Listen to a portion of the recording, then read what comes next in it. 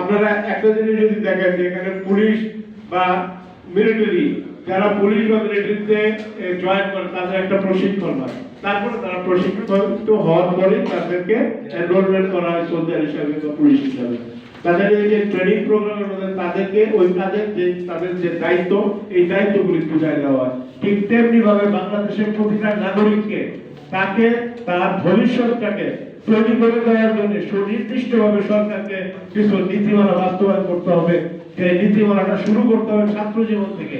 প্রতিটা ছাত্রের উপরে সরকারের এই নির্দেশনা থাকতে হবে যাতে সেই সময় থেকে তারা তৈরি হয়ে আসে।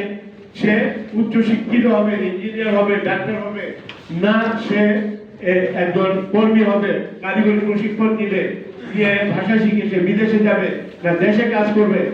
কারিগরি প্রশিক্ষণ নিয়ে এমন আমার জানা মতে এরকম অনেক মানুষ আছে যারা বিদেশে যাওয়ার জন্য কারিগরি প্রশিক্ষণ নিয়েছেন, দেশেই তারা বর্তমানে প্রতিষ্ঠিত।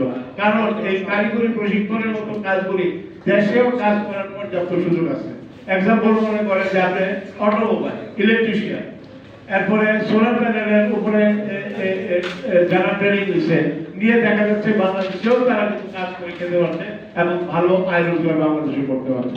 সুতরাং আজকের বিশ্বে, বর্তমান বিশ্বে কোয়ালিফিকেশন যোগ্যতার বাইরে কোনো কর্মী বিদেশে যাওয়ার সুযোগ নাই এবং যাওয়াটা উচিত না।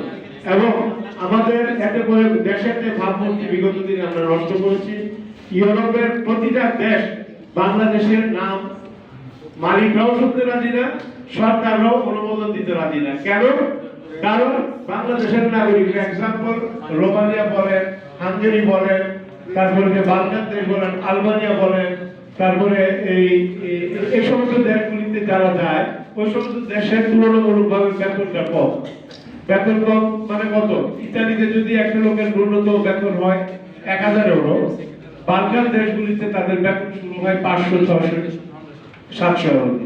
তাহলে এই যে বেতনের ডিসব্যালেন্স, এবং ওই দেশগুলিতে বাংলাদেশ থেকে বিগত দিনে খুব সহজ শর্তে কর্মী দিচ্ছে এবং এই কর্মীরা দেখা গেছে 2, 4, 5 লক্ষ টাকা দিয়ে কোনোরকম ওই দেশে গিয়ে পৌঁছাইছেন, মাত্র পৌঁছানোর পরের দিন টাকা খুঁজে পাওয়া যায় না। উনি কোথায়? উনি চলে গেছেন জার্মানিতে, উনি কোথায়? উনি চলে গেছেন ফ্রান্সে, উনি কোথায়? উনি চলে গেছেন ইটালিতে।